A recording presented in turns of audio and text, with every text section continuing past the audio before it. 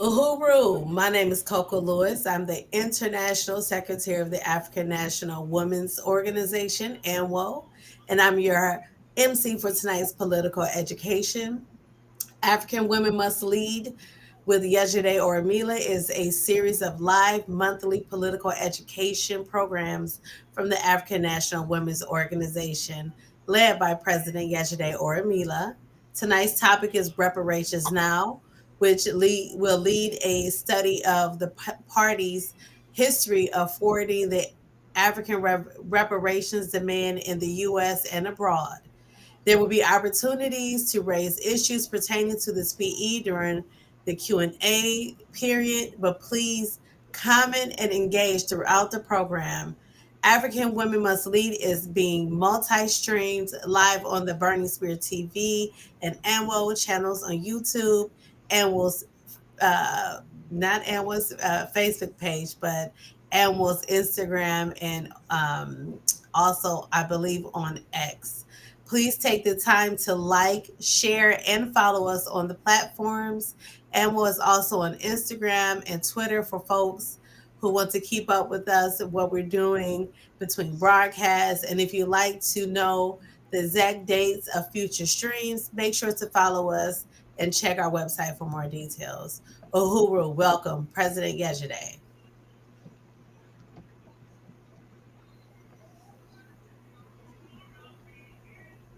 Um, I'm here. Sorry. I'm like, I can hear you. I'm here. I'm here. There I'm you here. I go. promise. There I am. I promise. I was um welcome, comrade. Thank you so much for So that we just found out introduction. that Facebook is not working again. So apologies. I'll go ahead and send a link over for everyone to join us on Okay. YouTube. I just did that. I put it on the Facebook and that's what was taking me so long. But Oh, anyway, welcome everyone. Everyone, because that's what we have right now. And so African Women Must Lead with Yejide Orunmila. I appreciate Comrade Coco for that introduction. And today's presentation of PE um, is talking about reparations and the party's long history of making the reparations demand. And and what I'm going to do is just talk about some important points. But the reason why we're talking about reparations now is because of Black History Month, and we're halfway through. We're on February 16th, 2024, and this is the month where Black people talk about Black stuff and all the historical figures and all the things that are important that happened to African people during our long, long history. But sometimes you don't feel like it's your long history. Sometimes it's like the history talk starts at wherever border you were colonized inside of. So people tend to talk about, like in the United States, certain people, Harriet Tubman, Benjamin Banneker, Martin Luther King, maybe Malcolm X. They sometimes don't talk about him. Um, and just really highlight, important figures that really go along with the United States or whatever your border is, like, sort of idea of trying to make this a more inclusive, a better way for people to live. So that's why they choose certain folks like Benjamin Banneker, who was an important inventor that helped create different sorts of things to help American um, manufacturing, and then also Harriet Tubman, who was also somebody that we're trying to put on the U.S. monetary note because she's a first woman to do a lot of things and important to African people because she helped free African people from bondages of slavery in the South and brought them to the unbondage of slavery in the North.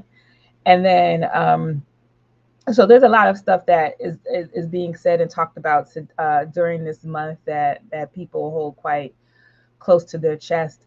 And for us in the African People's Socialist Party, the Uhuru movement, Black history is all the time. Like we actually have a theory called African internationalism that links together our historical relationship with the world all the time. So it's not just about figureheads and people, it's about the entire social economy of African people, the movement of African people throughout the world. And it didn't start at these colonial borders, but our history and our legacy of fighting, of struggle, of oppression is all linked to, the history of our people. So and because we do not adhere to these colonial borders, then our history is quite broad and quite huge in magnitude. So we can't just identify just one or two certain persons. But we also wanted to do this broadcast around reparations because um, Black history is also given to Black people. See, look, this is another sort of strategy by the oppressor to kind of hand over a day, a month, and it started as a week, I believe. Started, give us some time to talk about Black people because see, now we're open to this discussion around Blackness, and we know that Black people fought hard for the um, the acknowledgement by the colonial state that we contributed to the society, that we aren't just a bunch of Negroes who came up from slavery, but that we were smart, educated, ambitious people who contributed to the overall broader society, even in places where you did not want us to be acknowledged. So I get the idea behind it, but this also was given to you. Like the United States had to say, okay, we're going to make this an official holiday, it's an official month, and what then does that mean for African people in the end? We get to acknowledge these folks that sometimes we don't get to acknowledge throughout the entire year, and then when it's over, we kind of either continue talking about the folks that we talked about, or we and say we're going to make Black history ourselves, or we're going to, just fall to the wayside. All the programs in the schools, your children don't do any more stories about MLK. Um, you kind of take down the RBG flags that are hanging from some of the public buildings, especially here where I live. And we get to go back to our normal days of being oppressed, except this time um, we are not acknowledging, the holiday of Black History Month. And I think it's really important too. I'm not knocking it to a certain degree. Like I feel like it's really important for Black people, especially when I was younger, where we get to where in other instances you may not talk about it, it may not even come up in your day, but it was a central point around about that's prideful, right? Like if you don't talk about Black people and all you see around you all the time is white people doing stuff, white people being geniuses, white people being that, and then you come to school and it's like, okay, we're gonna talk about Black people this month. I can see how um, that could be a source of pride and instillment in Black children. But so I'm saying all this to preface the PE today, which is reparations, and I'm actually going to reference a document that the party put out in 1983 called "Stolen Black Labor," and this is comrades are going to put it in the chat, but you can follow along with it. I'm also going to be talking about the party's history to not only bring up like the whole question of Black people and the importance of the total economy that Black people have contributed to it, but we're going to talk about what are the actionable things, what does reparations look like in real time. So once again, here we go. So I trying to figure out which thing was it on. Okay. So first of all, for those of you who do not know, I am this is an African National Women's Organization broadcast. African National Women's Organization is a member organization of the Uhuru movement. It was created by the African People's Socialist Party to bring African women into revolutionary political life. Sometimes we say that, sometimes we do not say that, but I thought it was really important here because as African National Women's Organization, we take on the African internationalist perspective theory. That's our theory, and that's how we explain the conditions of African people. And African women, and if you've looked at some of the previous broadcasts, you would have seen some of our references. We've done a couple of PEs on African internationalism and how it relates to patriarchy, African women, and the whole nine.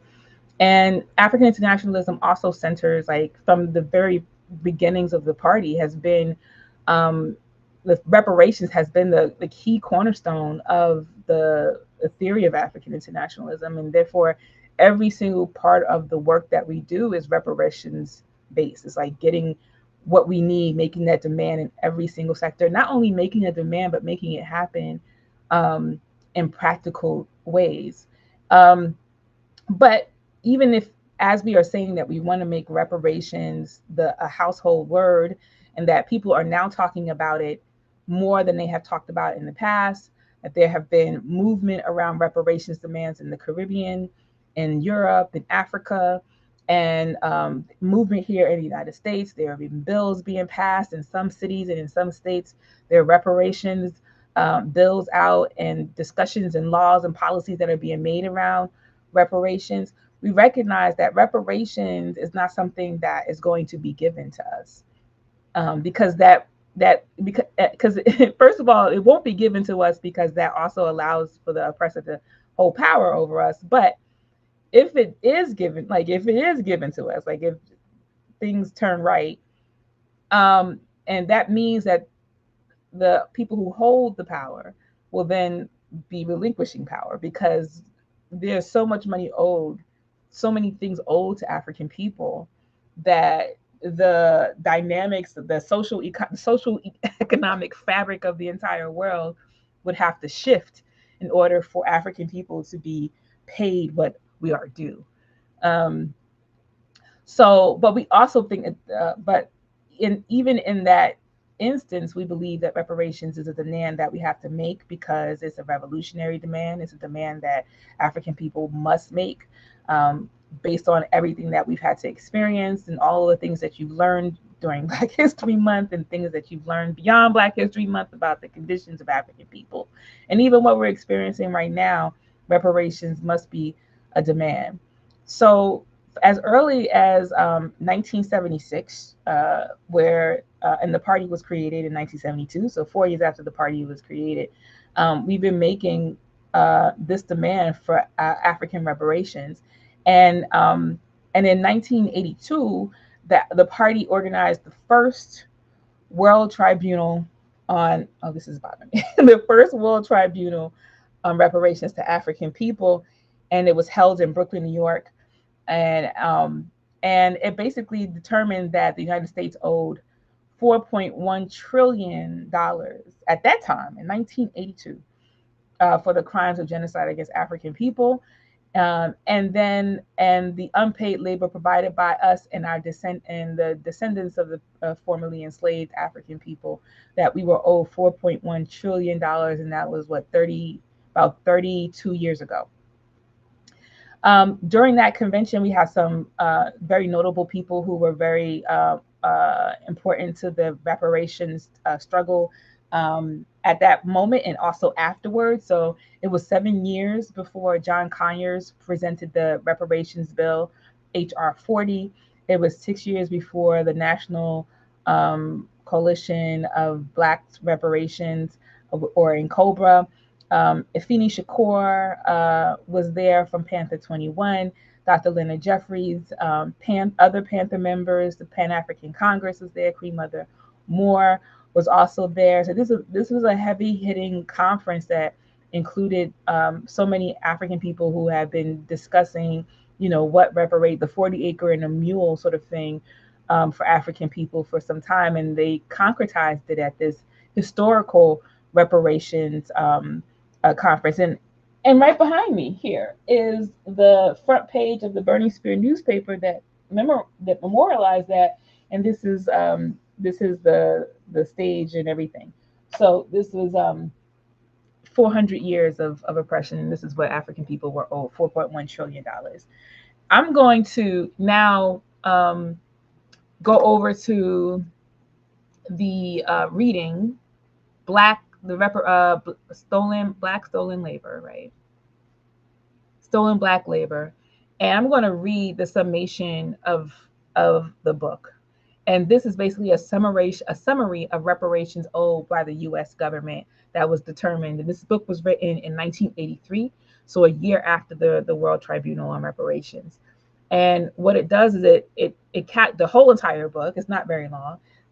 Kind of talks about all of the reasons why, gives you data, facts, references, monetary amounts from 1856, like all the thing, a tracking, what was stolen at every point in history at this point, and what African people had lost compared to white people. So this is a summary of that section. So this is actually the conclusion on page 93. So if you're following along from the link that's been shared, then you should be able to read along with me. And it's not very long, so I promise it won't be too laborious. I'm skipping the first paragraph. Actually, let me read it.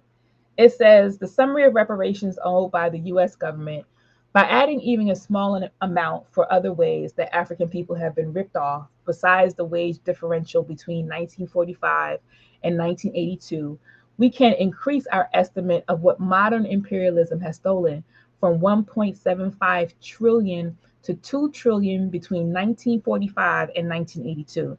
Added to the previous totals, then we arrive at a sum total of $4.1 trillion, $4,100 billion owed by the US government and capitalist class for reparations to African people. That was in 83. The workings of capitalism have always required that African people be maintained in a subservient status, maintained outside the North American economy where skilled labor carries out the final task of production, the realm of the North American proletariat and capitalists. The subservient status, which was extended to the whole world 100 years ago, is the real basis for capitalist profits. African people's oppression has changed forms over the years. The progression of this oppression shows that capitalism freely adapts every type of exploitation in order to amass capital, whether it bears resemblance to the historical periods of slavery, peasantry, or wage labor. It is all part of the capitalist mode of production. Indeed, such adaptation is as much a part of history of capitalism as is wage labor. In the first period, slave labor was utilized as the central factor for the primitive accumulation of capitalism, freeing up 600 billion in 1982 dollars in profit for the capitalist class. In the second period, the rise of colonialism, African people were transformed to peasants. While peasant labor exploitation represented an advance over slave labor in the eyes of many. In fact, it resulted in more efficient and thorough exploitation of African labor, and thus greater profits being taken, a total of 1.5 trillion or 1,500 billion from 1865 to 1945. In the third period, with the development of primitive neocolonialism, the African colony was transformed to the point where today 94% of Africans in the US are workers, with at least 2 trillion in the colonial profits taken by the capitalist class in this brief period. The exploitation foretells the proletarianization of colonies throughout the world and the ultimate decadence of the imperialist centers. So I'll stop here and continue. But, basically what it says is that, we owe some money and that there are three periods that the chairman is talking about: the pre-colonial uh, situation around Africans, the colonization of Africa and Africans, and then what we're dealing with in so-called modern times, and how much money then had been amassed during these three periods that total up to 4.1 trillion. When you break it down to the amount of wealth extracted per year, you may see even more dramatically how the exploitation rate of the African colony has increased with the growth of capital. During slavery, the capitalists extracted about 2.5 billion in 1982 dollars per year. During early colonialism, this figure averages out much higher to 20 billion per year extracted, or 8 times more than the previous period. And during modern primitive neocolonialism, the capitalist class has extracted 54 billion per year, or 2.7 times as much as the previous period, and 22 times as much during chattel slavery. This far surpasses the rate of population growth, which has increased tenfold since the period of chattel slavery.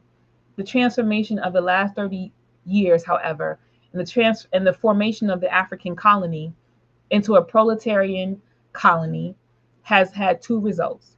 First, African labor is more efficiently exploited and greater profits derived.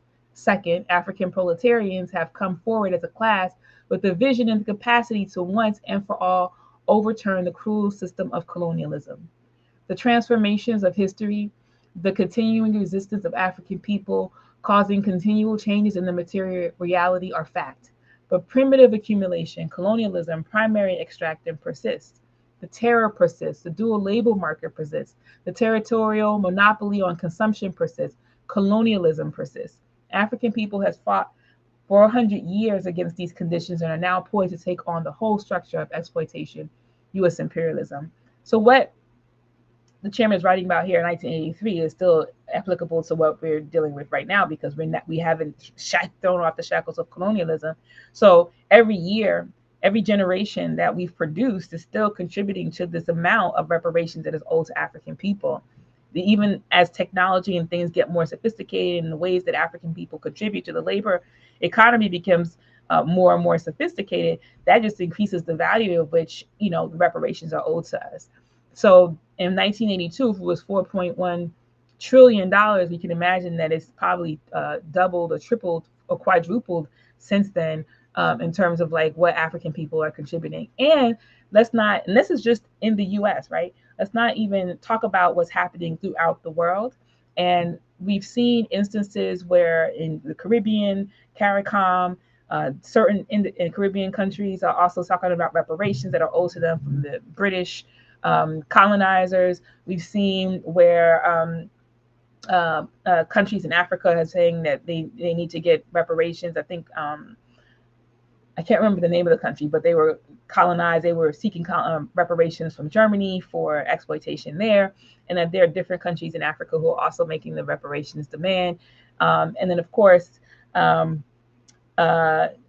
if you're making the reparations demand, that these are things that are being coupled up with all the reparations demands around the world. So that's why the party believes that reparations is not going to be given, because if we really look at the scale at which African people were stolen, the colonialism, the enslavement, and all of the things that were captured because of our labor throughout the world, it will topple the entire system. So some of us are looking sometimes at reform, ways that we can get some of our reparations while maintaining sort of a relationship with the colonizer that doesn't threaten them. Like, see, you can give us reparations because, the Native Americans get reparations and it didn't, undermine your economy. And so we're trying to finagle it here in the United States in a way that will allow for us to get something back. And so that's kind of reformist in one view, but it's still something that forwards the reparations demand. In another hand, we're saying that reparations demand can be used to actually make the case to people who maybe haven't even talked about it before, to really talk about like, yo, this is how much we really owe. Like, we're owed the whole kit and caboodle. Like, we like everything. and when you get people talking about that, and recognizing the power of their labor and themselves, then that opens it up to a whole other discussion around what really holds up this system of oppression and exploitation. And we're just talking about African people, there are a number of other people, nations, countries, and people all across the world that also have a reparations claim to deal with colonizers. And so combined as a whole entire world, what is owed to us is something that will undermine like the economic fabric of the world and capitalism in and of itself, because it can't maintain itself. So making the reparations demand, whether it's reformist or whether it's really an opening talk about revolution, is still a revolutionary demand. So I'll continue. In calling for reparations and building the African National Reparations Organization and organizing for bread, peace, and Black power, African people are building a massive struggle to win independence, to defeat imperialism in its very belly. The attempts by some members of the North American left, or the white left, to declare colonialism over and call for African workers to fall in behind their leadership is a betrayal of internationalism and of the real struggle for socialism. And I'll stop there because this is a really important point that the chairman is making. One that persists today too. Like it's like colonialism is something of the past. It doesn't really apply to you today. What you have to deal with today is fascism or racism, but colonialism is gone. Like, you know, the power structure and you being held underneath this system of oppression is no longer the same kind of thing that you did before when we actually had direct control over you. And what he's saying then is what is applicable now is that, yeah, it's still here because colonialism still exists. The labor trapped by within the colonial mode of production that is robbed of African people still contributes to this whole questions of reparations. And it also when somebody says colonialism doesn't exist, right? Like if it's the white left or the African petty bourgeoisie or something like that, then that really is about undermining what could be a reparations demand or undermining like the revolutionary demand for African people to be free. An example is I'm continuing reading. An example is the attempts by the petty bourgeois parties to make the central response to the current imperialist crisis a demand for jobs. They defend this tailing of the liberal bourgeoisie of the Democratic Party with the most simplistic economism. I'm gonna stop here too.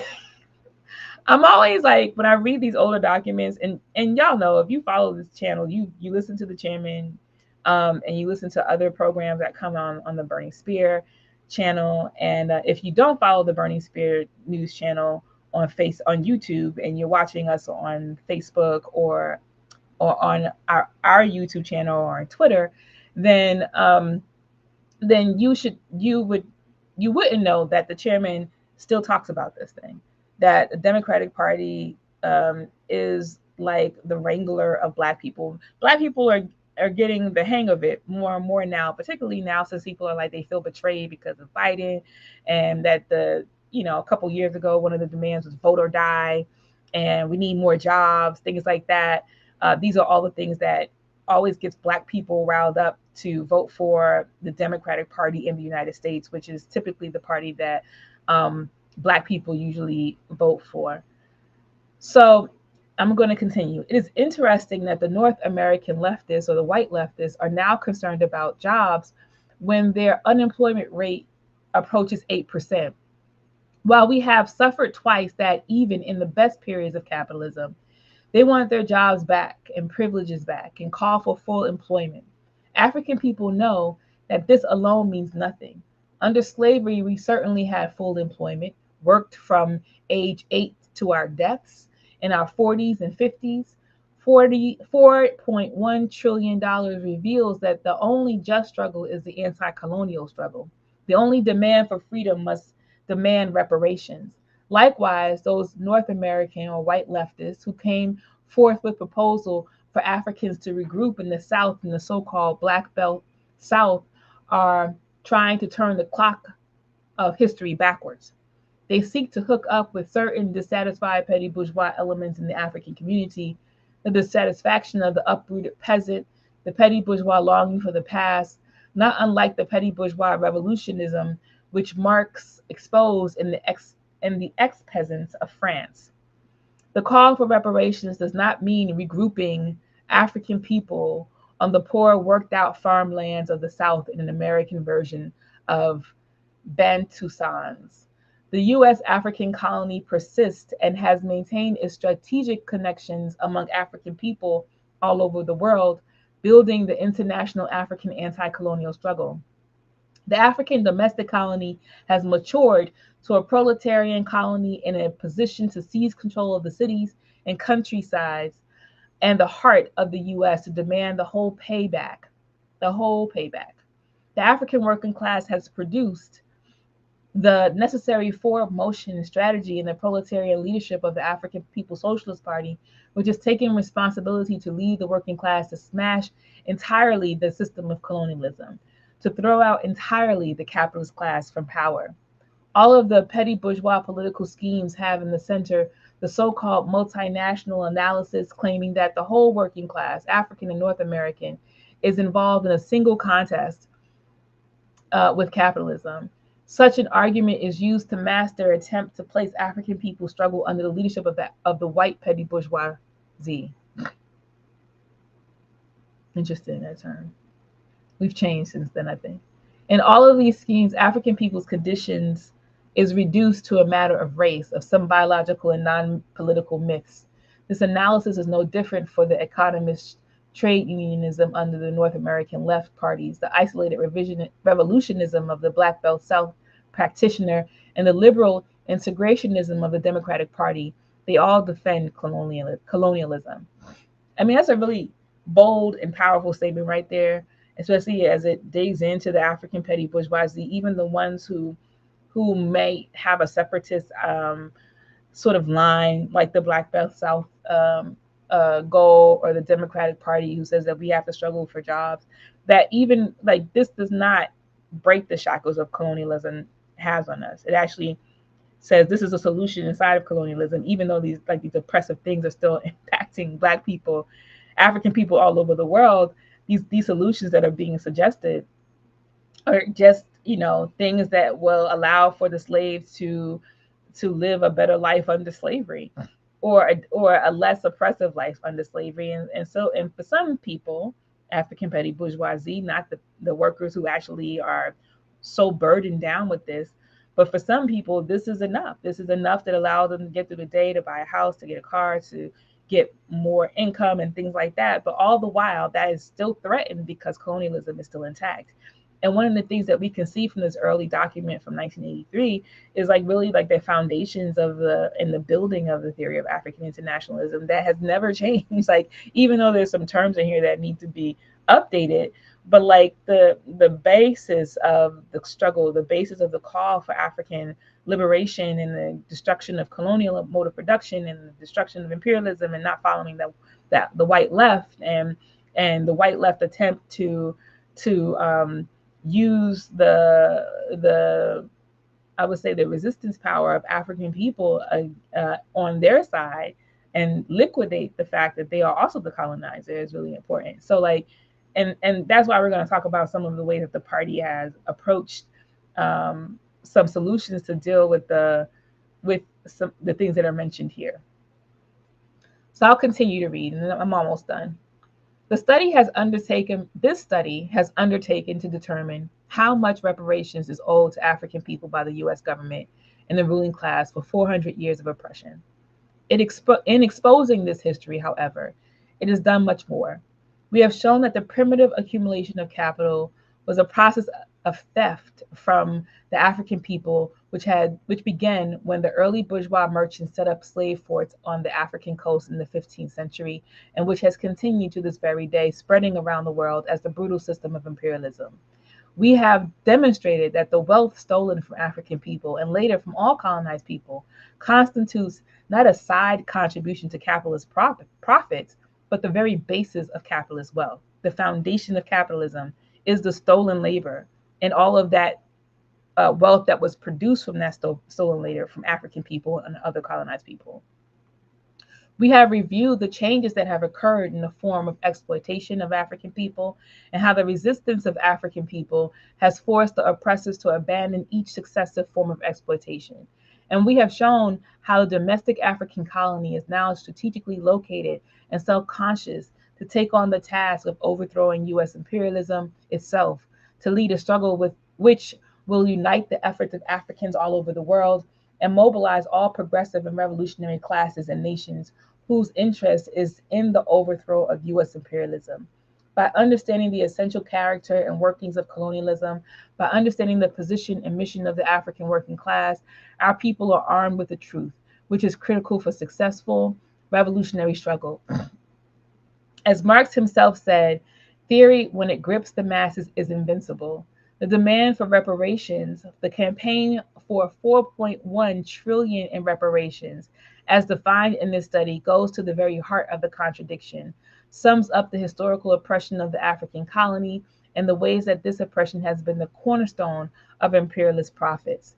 Reparations is central to resolving the colonial oppression of African people and throwing down the capitalist class to their rightful place. The African People's Socialist Party and the African National Reparations Organization is now providing the programs and working class leadership for the anti colonial struggle of Black people in the US, which leads to the entire struggle for socialism. You know, the party has the saying, that's the end of it, by the way, that I'm going to read. The party has a saying that the rose of socialism is painted black. Not, and so when, like, I remember when Bernie Sanders in the United States was running for president, he was pushing for this kind of socialism, and somebody had asked him, do you believe in reparations to African people? And he says no. Even though he calls himself a socialist, right? Like, so there's a white left socialism, right? There's a white left socialism that believes that socialism is just, you know, just the equalization of society, and that everybody, excuse me, everybody will get like their share if you want to equalize society, but it doesn't really address this whole question of colonialism, and not the question of colonialism, the very real, practical things that impact people who are under colonialism, right? So it's not just that, you know, we're going to make sure the white workers get as much as the Black workers and the Asian workers and all of that stuff. You can't really do that without really addressing the question of this longstanding um, theft of African people's labor. And so when a party says the road to socialism is painted black, like true socialism isn't when white workers organize everybody to, you know, fight the white bosses. It's when African workers who are in the pits of Africa, who are transforming the earth into Holland dens of materialist exploit, when they resist. And the white workers unite with that, because the white workers depend on whatever it is that the African workers are pulling out of the ground so that they can go into their factories in Europe, so that they can transform those things into things that can be used for the production or uses for something else. So when African workers are striking, that means they're not getting what they need in Europe. And if they don't unite with that strike that's happening in Africa, then that means that they are sitting on their demand for jobs and for this materials to come out of Africa is also a demand that colonialism stay in place. That their jobs are dependent upon the enslavement of African people and the hyper exploitation of African people on the continent. So that's why this whole question of workers uniting is really really asinine, because you don't really explore this colonial question. The African People's Socialist Party have made a critique of that for a very long time.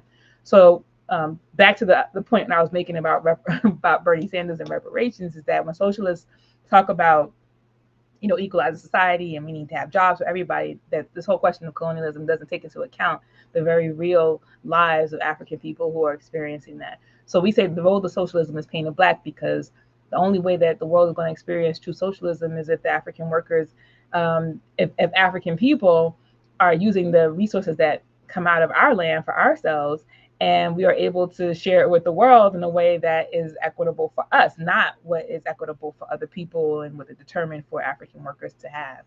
So, you know, the demand for reparations speaks about all of that and digs into all of that. That's why, like, you could have like the reformist element of it, and then you could also have like the revolutionary element, which opens up this whole question around capitalism, the colonial mode of production, imperialism, and all the things that really provide a pedestal for even a Black History Month to even exist.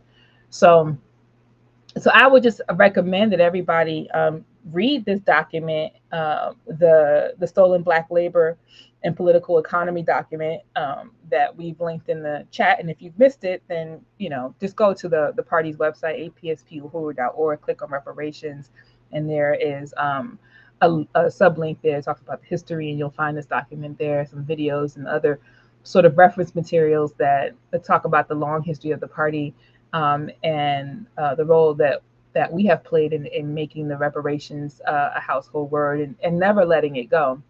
So one of the things that I mentioned in terms of saying like it's been more than a discussion around the monies, because there's a lot of people who are still focused on the money. Like this is African people owe $4.1 trillion, 4 times now, right? And we have things that are in legislation.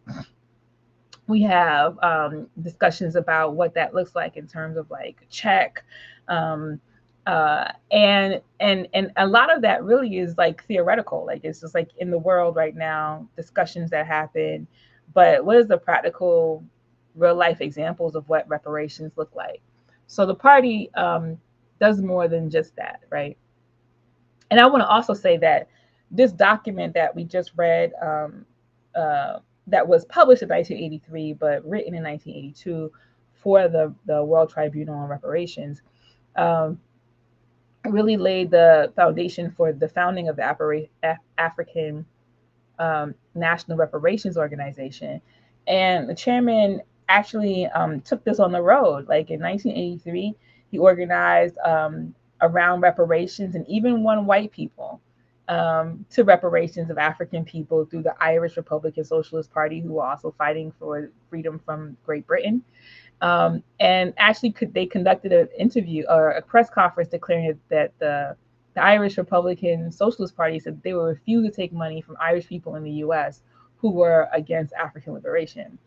And that was huge because this is still 1983, and what we've known of Irish people here, that they when they came over from Ireland in the early part of the 19th century, and late part of they were always considered the white niggers of Europe. You know what I mean? So like they had to shirk off this sort of uh, association with African people, and become white people in the United States. So for the Irish Republican Socialist Party to say make that claim at that time is uniting with the liberation of African people, and denouncing that sort of behavior that can happen when you become white here in the United States.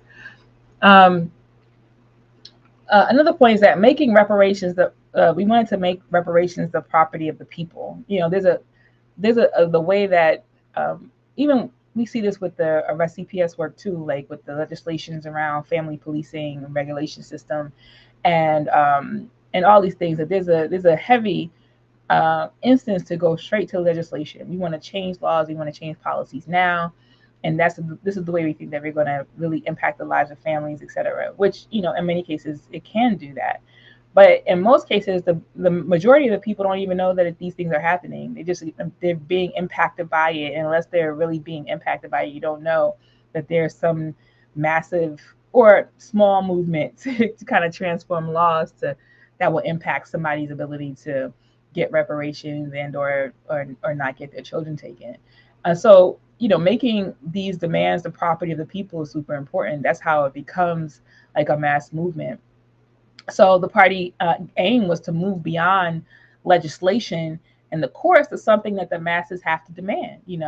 And at the point when the masses demand it, then it will take on a revolutionary character. So the African National Reparations Organization did that for 11 years, really working to influence the reparations discussion, and opening it up in different forums, having different tribunals throughout the U.S., and connecting with African people all over the world. So this is really important to the foundations of how we got to a lot of places in our early part of the party. While we were in England, while we were in the Caribbean, while we were in Africa, in so many cases, is like we were forwarding this whole question of reparations. So, saying all of that there was all of the basis for reparations. We got all the numbers, and the party was like, okay, now that we've done this, like, what do we do with it? So the party says, like, we gotta actively give. We can't wait for the the colonial state to make some determination. We're not at the point yet where Africans are making the African revolution a reality, right? So we have to begin to realize some of the objectives of African people right now. And that means really opening it up, this reparations questions, and making that demand and getting reparations at this moment. So the party began to get reparations and still are getting reparations right now. And And since 1985, I believe, uh, they've created the African People Solidarity Committee, whose responsibility it is to go into the white community and win white people to the position that African people need to be free and make this reparations demand. And a lot of this work has been really important to um, some of the economic institutions that the African People Socialist Party create for African people in our communities, in particular the Black Power Blueprint, but also the sheer wit and grit of African people to actually make something that lasts beyond ourselves is all a part of the reparations work.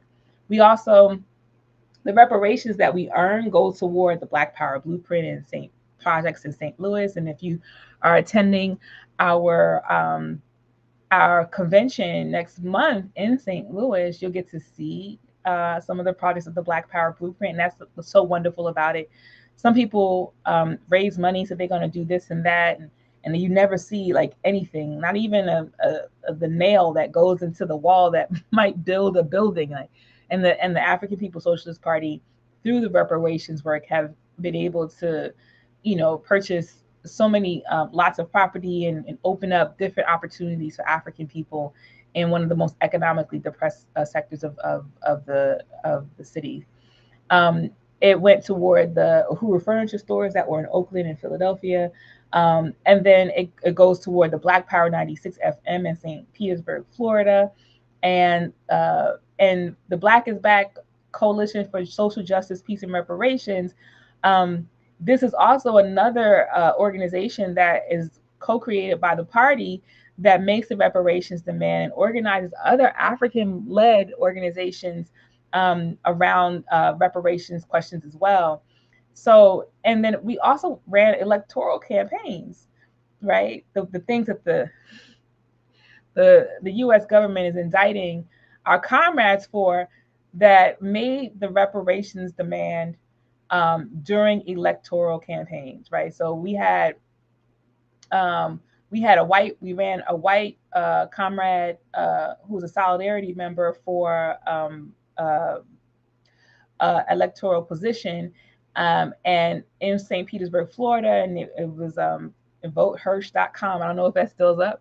We ran Director Akile, who hosts the Omali Talk Meets on Sundays, twice in St. Petersburg, Florida.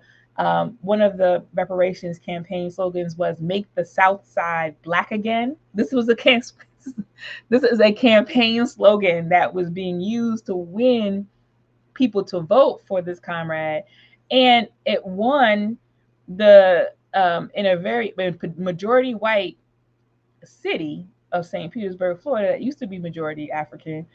It won white people to this position, like make the South Side Black again. And it wasn't just like some demand of like, oh, we just need Black people here. It was like Black people used to be here, and the reason why we aren't here is because of gentrification, because of your economic starvation.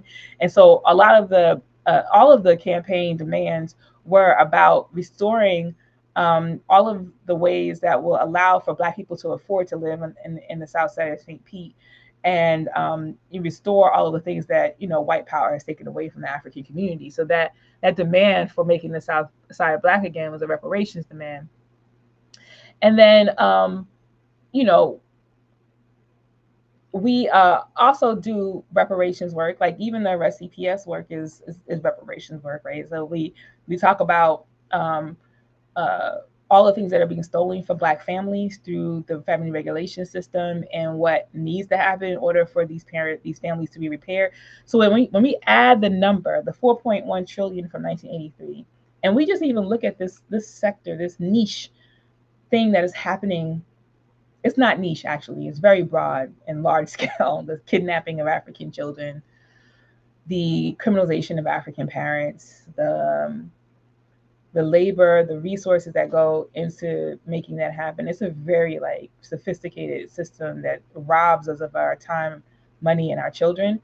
And if we just add just that piece of the colonial pie to that number, the number then I would, we were talking about quadruple since 1983, or probably like be tenfold, based on just this section of the colonial pie. So and and so people need to understand too that the reparations demand is a socialist demand. Like if you can't really be a socialist if you're not saying you down for reparations. And I would challenge you, like if you know some white folks would be like, yeah, be socialist, we believe in communism, and like, do you believe in reparations to African people? And they say no, you have to be like, side look, and you ask them why. And I think there's a certain way that African people have to be able to ask these questions, right? Because sometimes you might not feel confident and able to challenge some white people because you might think that they might know some shit that you don't know, but you know everything. You know that African people were stolen, African people were kidnapped, our labor were used for 400 years as enslaved folk potions, colonialism happened.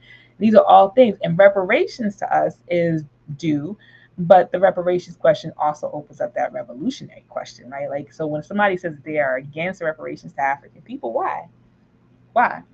You know, that's really suspect. And anybody who's a white left or some communist or some socialist who don't believe in reparations to African people, you have to really question their allegiance to you or allegiance to anything that requires liberation. You have to, if you're in their organization, you got to get out of that thing pretty quickly.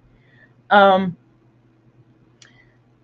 and I think it's really important too that as an African woman, I don't know if there's a distinction between gender. I don't think that there is, but I think it's really important to say that my um, goal for liberation is tied up in the whole reparations question. When we think about all the things that happen to African women, that happen, not happened, that happens to African women and femmes every day, um, just, you know, all of the things that are being stolen from us, what has been stolen from us violently, economically, things that prevent us from moving forward financially.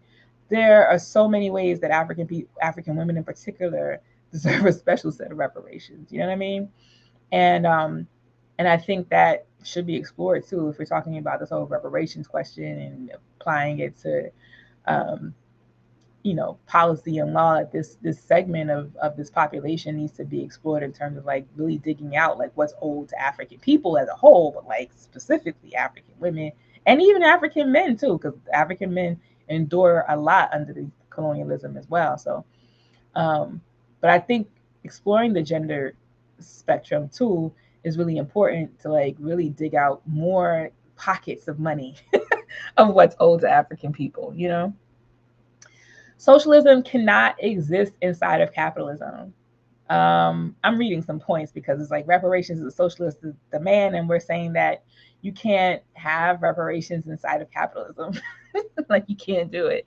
Like it's like we said before, it's going to undermine the entire system. Capitalism won't be able to withstand itself because all of the money that it makes. And so it's not even just saying that what's in the bank is owed to us. Reparations would mean that it would have to stop capitalism, the colonial mode of production would have to stop what it's doing, or else we'll still be owed reparations still. So, like, in the moment when reparations are given to African people, let's just say that the state is still intact, right? And they're like, okay, we're going to give reparations. They have to stop exploiting the world, exploiting African people, because if they don't, then this reparations is just going to be like a thing that's going to continue over and over and over again, and they can't afford that. So you might as well just give up and just let African people, as we struggle for our own stuff, like just give up and just say, okay, you guys can be self-determined. We ain't even gonna fight no more. We just want to let let this go. We just done with it. But that's just not the way that the colonial mode of production is going to work, and we see how hard that capitalists stay trying to maintain themselves. Um, as a communist and African internationalist, there isn't any social program that can make capitalism good.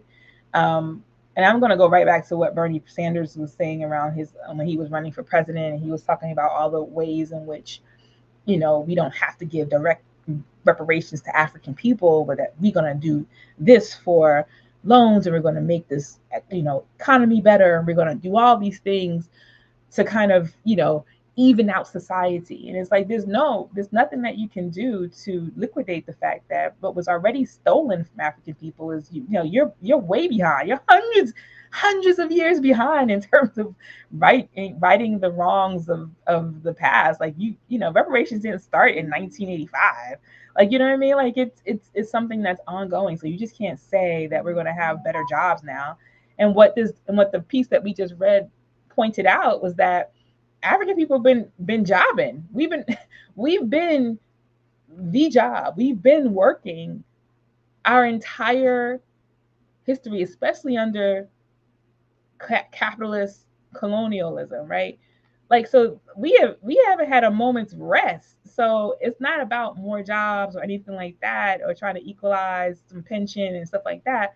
It's about all the time that we also didn't get paid and what you gain from that because of that free labor.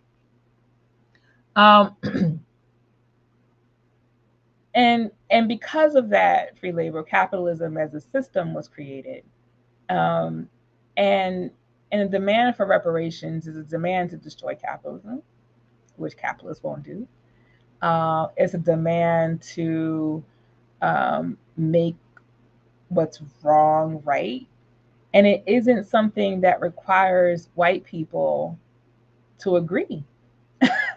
I mean, only if you are revisionist or reformist or somebody who's negotiating with white people and having a seat at their table, you need them to agree to something. But if you're an African internationalist and you want to overturn the system and you recognize that because the amount is so large, it will likely not be paid by white people, that we're going to have to take our reparations.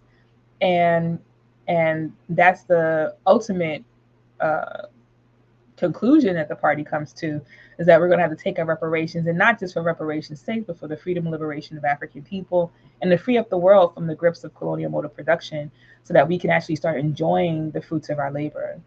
Um, okay, and like the demand for reparations is not just about a check; it's about our lives. It's about what was stolen and how to realign ourselves with our lives. It's about looking at your comrades, your friends, your family who are struggling. Just within this week, a friend of the family was imprisoned. You know what I mean? Like in not a friend, a family member was in prison on some stuff, and the conditions under which he was imprisoned. Um, is our colonial conditions that are created around us and shift us to make decisions that we would ultimately not make. Listen, African people don't want to go to prison. African people want to be free.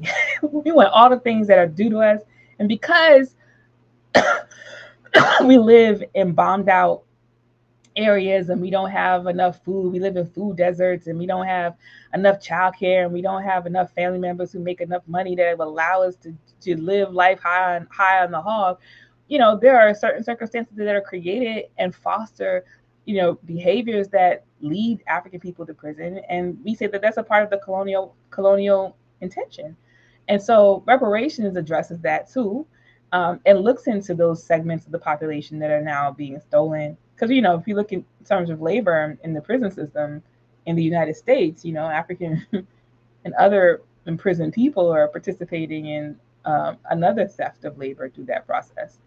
So reparations for us is really a really critical issue. As you can see, it's tied into all of the work that the party has done. There's documents upon documents, history upon history, example upon example around what getting reparations can do, what it really means to African people. And I think during this month and beyond, that we have to pay attention to just the nature of the colonial mode of production, and that Black history is not about some salient um, sort of remembrance of some foregone singular African, but it really is about continuing the legacy of the fight for justice and liberation of African people everywhere. And that includes your fight and liberation from the confines of the colonial mode of production, the freeing up of your labor power and your resources, so that we can actually use all of the things that are due to us as African people that are being tied up in this colonial mode of production. So I'm going to pause here and we're going to open it up for questions. And I'm going to bring my comrade Coco back on the screen to make uh, announcements before we go into those questions. All right. Uhuru, like I was in it. So until you mentioned until you mentioned that you would have to stop, I was just keep going. And we could like I was wanted that to be like a discussion, you know. So Uhuru President Yejide. So everyone, we're on our way to the Q&A session. Please prepare your questions. Remember to share your name and location and then your question. So as President Yejide stated before we go into the Q&A, we're going to have some announcements here.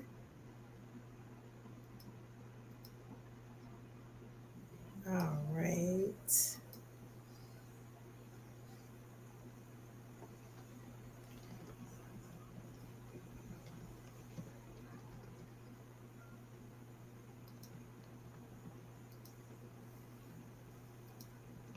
All right. And so it's not.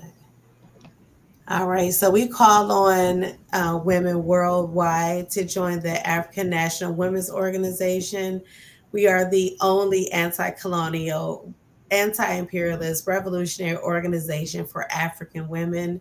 We have members in Africa, Europe, Latin America, and all around the United States. And was leading on everyday issues concerning African women. We are not just on the internet. We are on the ground in our communities organizing for African liberation. Join the international collective of African women building the revolutionary capacity of African women. To learn more about membership and joining ANWO, visit anwouhuru.org/join.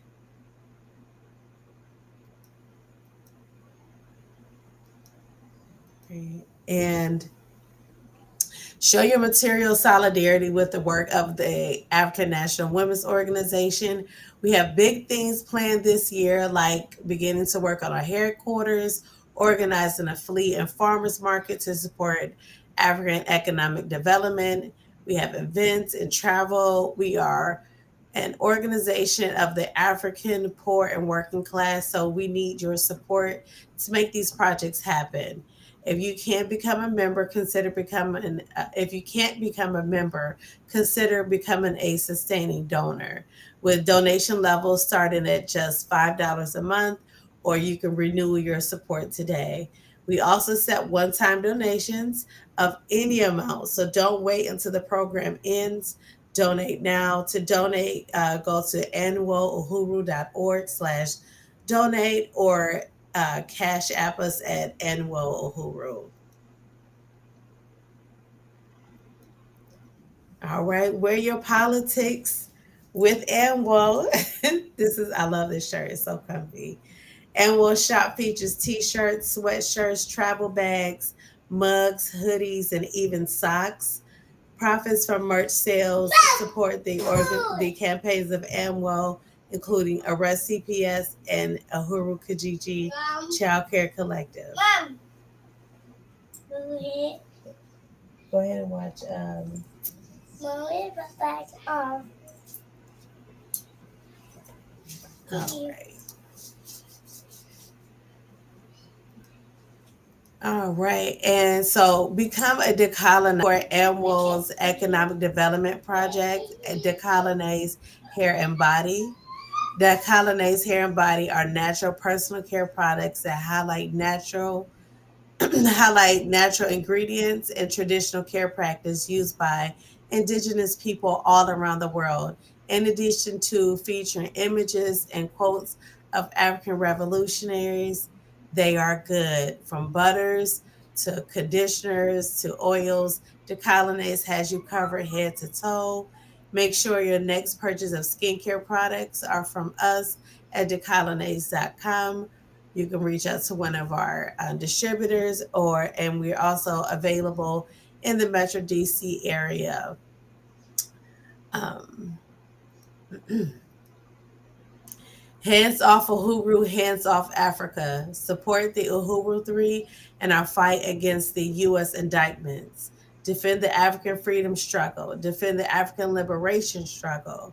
Defend the Uhuru movement. To find out more and how you can support, go to handsoffuhuru.org. If you enjoyed tonight's program, we'd like to help and would like to help us produce shows in 2024, volunteer with us. And was looking for producers, interpreters, and chat moderators for future broadcasts and for our convention. Email us at info@anwohuru.org if you'd like to share your skills.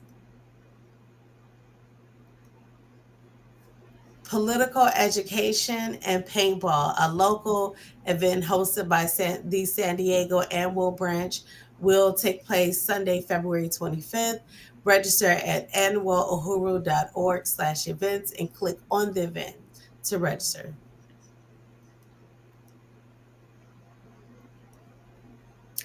Come back and join us this Thursday, February 18th. Join ANWO members Jay, Coco, and President Yejide as they discuss the mainstream cooptation of Black holidays and pandering towards African people while we are still fighting for rights and freedom. Uhuru, I can't wait for that discussion. Harriet's Daughters Book Club and Study Group is a monthly virtual discussion that centers around African liberation related literature. For the months of March and April, we will be reading The War Before, the true story of becoming a Black Panther, keeping the faith in prison, and fighting for those left behind by Safia Bukhari. Next discussion will be on April 14th, 2024 at 3 p.m. Eastern Standard Time. Visit anwohuru.org/events to up to date of all upcoming international, national, regional, and local programs, events and programs. All right, get ready to take a stand. ANWO calls on African women and our supporters worldwide to attend the annual Black Women's Convention. The 2024 theme is taking a stance against imperialism, colonialism, and neocolonialism. African women from every city, town, province, country, island, and village must attend this convention. The convention will be hybrid, online, and in person in St. Louis, Missouri. To find out more and to register, go to convention.anwohuru.org. Don't wait. And will has booked some dynamic women from all over the world to convene during the ninth annual Black Women's Convention. Again, don't wait to if you're interested or if you're interested in ANWO and support ANWO, register today. We have a nice list of women, all like I said, all over the country, all over the world coming to visit, coming in for this convention. I'm excited. And Huru, so let me go ahead and bring President Yejide back up for our Q&A session. I'm back.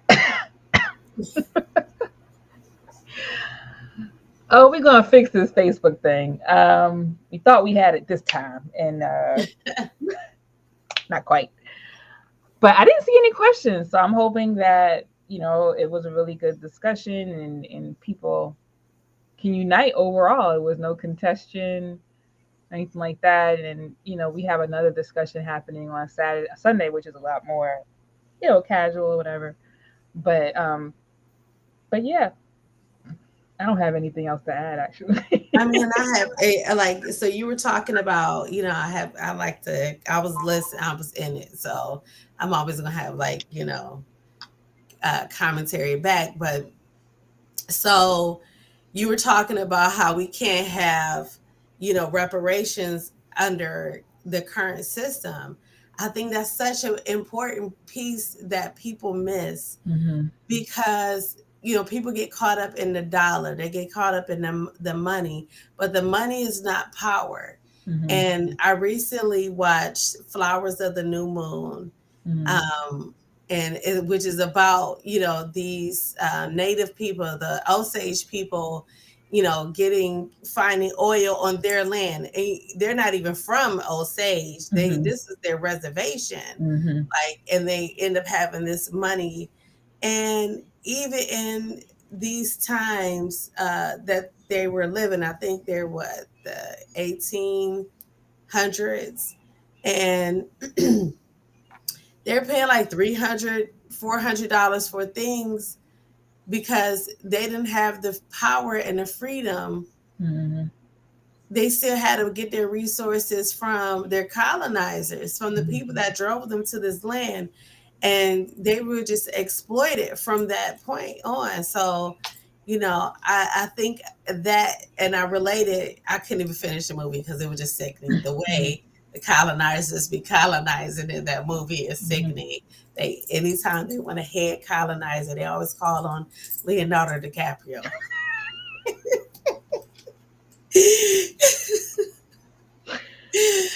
And it was just sickening to watch, and I relate that to us. I had to stop and think, and I thought, like, if African people got reparations today, they would have used the same. They don't even have to invent new ways to treat us. They could just use that as point of reference, Mm-hmm. cause inflation, which they already put us through inflation Mm-hmm. with this fake hysteria. That's another story. But they'll cause inflation, and then they'll just slowly start killing us off, the ones who are able, like, make it very specific how we can inherit, like they did the Osage people. And then you know um then make it difficult when we, and then kill us, ultimately kill out the people, take their land, which is crazy. It's And like then push them on. the document we were reading, which basically said that you know uh, slavery wasn't efficient Yeah. in terms of stealing labor.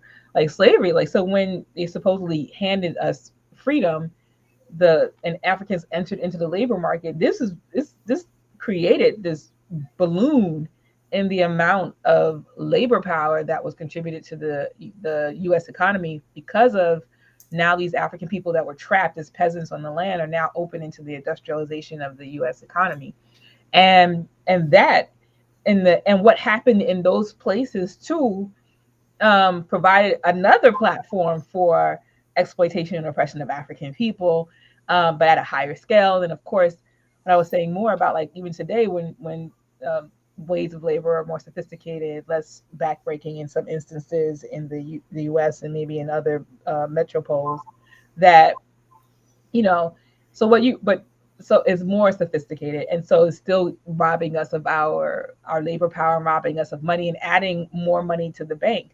And I appreciate what you just said in terms of like if a check if the relations of power are still the same, and we're allowing the United States government in this instance, because we live in the U.S., to decide how much money we're going to get, and we're going to have a check, they're going to slowly they're going to do everything in their power not to give us the full amount. Number one. Number two, they're going to slowly siphon it back by creating, say, for example, the Black Belt South thing is something that's institutionalized through a reparations bill of some sort, right? Black people fled to the Black Belt South, so this is essentially a new reservation.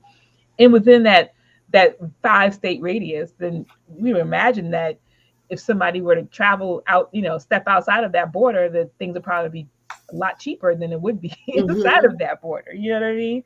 And so they'll, because of all the Black people there using their reparations money, it's going to be big times and there's going to be all kinds of ways to siphon that money out of African people. So like, so it's not just like you said about a check. It's about really the entire uh, infrastructure of the world, and capitalism as colonialism at the seat of that has to be destroyed, so that it's not just up to individual African or whatever, but that these resources are being used to improve overall the life, so that we don't have to go run tell that check to go get a house, because houses will be aplenty, roads will be aplenty, electricity, everything will be aplenty. You know what I mean? So I appreciate that.